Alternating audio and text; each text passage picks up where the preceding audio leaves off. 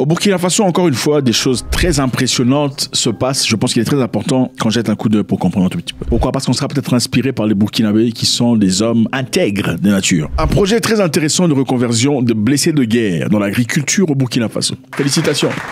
Monsieur Ibrahim Traoré n'est pas là pour rigoler. Ce qui se passe, pour faire simple, tous ceux qui sont militaires au Burkina Faso, par exemple atteints par des balles, blessés à la guerre, ou ceux qui sont en retraite, bientôt en retraite, sont préparés pour aller continuer leur vie. Contrairement à ce qui se passe généralement dans beaucoup d'endroits où après avoir été blessé à la guerre, on reste à la maison à ne rien foutre et on devient un peu sans importance à la société, malheureusement. Au Burkina Faso, on prévoit déjà des choses pour ceux-là qui sont blessés et on le réétablit en société. L'initiative a été lancée en février 2024 par l'École nationale d'élevage. L'objectif, c'est de réinsérer ces personnes dans l'agriculture afin qu'ils travaillent, reproduisent et deviennent importants à la société. Vous savez, quand vous partez à la guerre et vous êtes blessé, vous ne pouvez plus continuer à faire votre travail. C'est difficile pour un militaire. Okay? Être en incapacité d'aller combattre à la guerre pour un militaire, c'est un peu comme un chanteur qui perd sa voix pour toujours. Parce que ce sont des choses qui arrivent. Il y a le monsieur là, le Nigérian, comment il s'appelle? Techno, voilà. Les chanteurs nigérians techno qui avaient perdu sa voix. Baby, love me, touching me, yeah. Say you must marry me.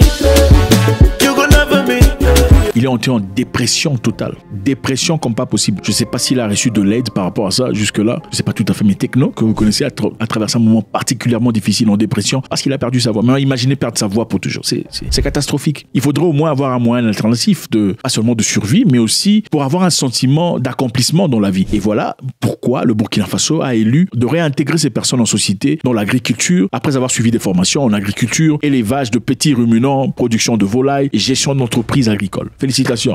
Pigama Kofi, yeah. Pigama Kofi. Pigama, c'est du Swahili. Le Swahili est la langue la plus parlée en Afrique. Très intéressant. Tous ces pays que vous voyez ici, le Kenya, le Burundi, la Tanzanie, l'Ouganda, le Rwanda, une partie de la République démocratique du Congo, le nord de la Mozambique. On parle Swahili, c'est une très belle langue. Peut-être une belle opportunité pour vous pour essayer de vous intégrer. En effet, l'Afrique du Sud a intégré le Swahili dans sa constitution pour qu'elle soit une langue dispensée à l'école. Continuons. Ceci est important puisque ça aide à réduire le besoin alimentaire nationaux tout en valorisant les anciens combattants. C'est ça. Donc, il n'y a pas seulement de la nourriture qui vient de l'intérieur, ça valorise aussi l'ancien combattant. C'est grâce à moi que vous mangez ce que vous mangez là. Donc, ce n'est pas perdu pour moi. Pour ceux qui ont eu des choses importantes dans leur vie et ont finalement pu recevoir une nouvelle chose après avoir été dans la dépression, ils comprennent. Cela change l'image de forces armées d'un rôle militarisé à un rôle productif et civique. Vous savez, généralement, quand on voit un militaire, on le perçoit comme pas un brigand, mais une personne naturellement brutale ou en capacité de produire de la violence. Mais en voyant un militaire produire de la nourriture, c'est une transposition totale de sa personnalité à une personne catégoriquement destructive, à une personne productive et civique. Donc ça show la partie humaine du militaire. C'est un modèle d'agro-réhabilitation pour les États confrontés à des conflits internes et des crises alimentaires. C'est important. Ça démontre à tous les États africains en difficulté que voilà, vous pouvez vous rétablir. Ça peut avancer. Il y a un pays ici en Afrique qui a été en guerre depuis très très longtemps. J'ai vu des interviews, un militaire en guerre en train de dire « Je ne suis pas très encouragé ». On lui demande pourquoi. Il dit « Imaginez-vous que je voie la femme d'un ami tombé en guerre aller se prostituer pour nourrir ses enfants. Quelle impression ça me donne, moi, en tant que militaire. Je vois la femme, l'épouse de mon ami proche, qui est tombée à la guerre, comme un héros, aller se prostituer parce que personne ne prend soin d'eux. Ça m'a vraiment touché. Nous savons qu'au Burkina Faso, on prend soin des femmes qui ont perdu leur mari à la guerre. On prend soin des orphelins qui ont perdu leurs parents à la guerre. Et je pense que c'est noble de faire ça. C'est une façon d'encourager la population, pas seulement à donner son corps et âme pour la patrie, mais aussi sachant qu'il y a une protection derrière à l'égard de la famille. Bon, je pense qu'il est essentiel de regarder ceci. Je ne sais pas si vous aimerez ça tout à fait. Il y a une nouvelle loi qui est tombée. En effet, le gouvernement a adopté mercredi soir une loi supprimant la Commission électorale nationale indépendante. Commission électorale nationale indépendante, la CENI. Alors, elle sert à quoi cette commission? Elle est chargée d'organiser les élections.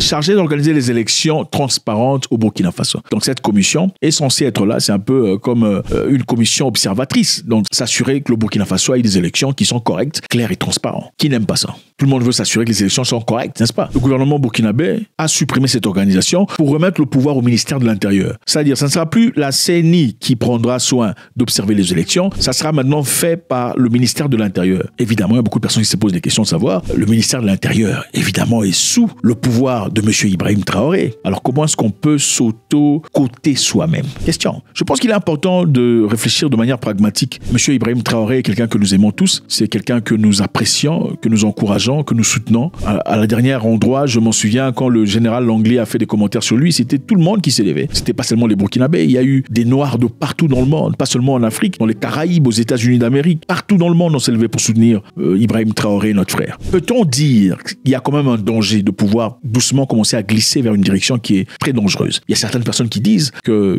généralement, les gens bien dans la vie commencent toujours avec des bonnes idées. Les leaders bien en Afrique commencent toujours positivement jusqu'à ce qu'ils arrivent au pouvoir, soit par le goût qu'ils gagnent à travers le pouvoir qu'ils ont, la facilité, la capacité du contrôle, ou encore par influence de ceux qui l'entourent, c'est-à-dire ceux qui sont subalternes, ceux qui sont directement alloués à l'attention du président, sont ceux qui généralement viennent dire: Monsieur le Président, ce que vous faites là, écoutez, il faudrait regarder nos intérêts, en fin de compte. C'est Dieu qui vous a placé ici. Évoquant aussi quelquefois des passages du Créateur disant: c'est Dieu qui nous a placés ici. Toute autorité vient de Dieu, n'est-ce pas? Pourquoi faudrait-il laisser passer ou laisser partir le pouvoir entre les mains d'une personne ou des personnes qui n'ont pas combattu pour ça, de leur sang? Est-ce que M. Traoré serait peut-être en train de mouver vers cette direction? Parce qu'en bougeant, en supprimant la CENI pour passer le pouvoir, parce qu'on contrôle le ministère de l'Intérieur, n'est-ce pas une façon peut-être de commencer à bouger vers cette direction? Alors, quelles sont les raisons pour lesquelles le Burkina Faso supprime la commission électorale? Ils disent, d'après eux,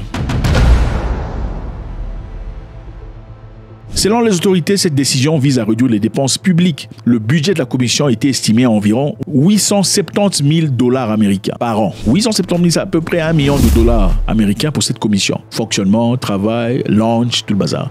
On trouve que c'était beaucoup d'argent. Deuxièmement, le gouvernement a évoqué la nécessité de récupérer la souveraineté nationale et de réduire l'influence étrangère sur le processus électoral. On parle là de souveraineté nationale, ok? Réduire l'influence étrangère sur le processus électoral. Qu'est-ce que ça veut dire? Ça veut dire qu'il y a une certaine forme d'influence étrangère.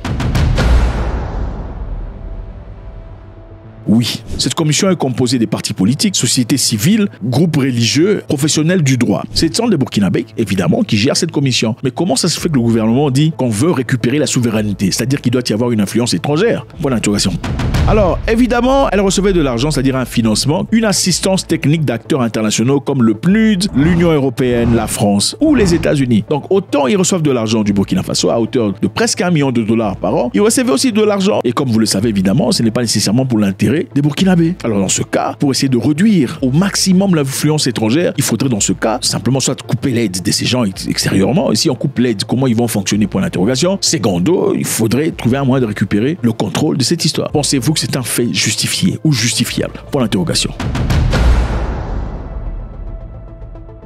Après le coup d'État en 2022, les amis, les militaires qui avaient pris le pouvoir au Burkina Faso avaient promis une transition vers un régime civil d'ici 2024. Une charte révisée adoptée en 2023 autorise désormais le capitaine Ibrahim Traoré à rester au pouvoir jusqu'en juillet 2029, avec possibilité de se présenter aux futures élections. Alors, est-ce que M. Traoré va se présenter aux futures élections en 2029? Point d'interrogation. Est-ce que c'est justifié qu'il reste jusqu'en 2029? Il y aurait des raisons, certes. Pourquoi? Parce qu'il y a encore un flux incroyable de terrorisme. Il faudrait sécuriser. Il est tout à fait normal, quand on commence une idéologie, qu'on s'assure que cette idéologie au moins croisse avant de la laisser, sinon on ferait un travail de mouton, n'est-ce pas? Il faudrait s'assurer qu'on a planté quelque chose quelque part, que ça pousse, du moins qu'on voit la tête sortir de terre, avant de dire bon ok, je veux vous léguer l'autorité ou la responsabilité de gérer cette histoire. Parce que si vous ne le faites pas, donc, soit les personnes qui viendront après vous ne sauront pas comment il faudrait arroser cette histoire, ou carrément abandonneront le projet parce qu'il n'y a aucune connexion émotionnelle. Au Burkina Faso, on parlait du travail énorme que fait M. Ibrahim Traoré en réinsérant la population blessée des guerres, les forces armées et les VDP qui sont blessés dans une société agriculturelle, c'est-à-dire leur permettant d'avoir une nouvelle vie, de ne pas perdre tout ce qu'ils avaient. Ils se sentent productifs, le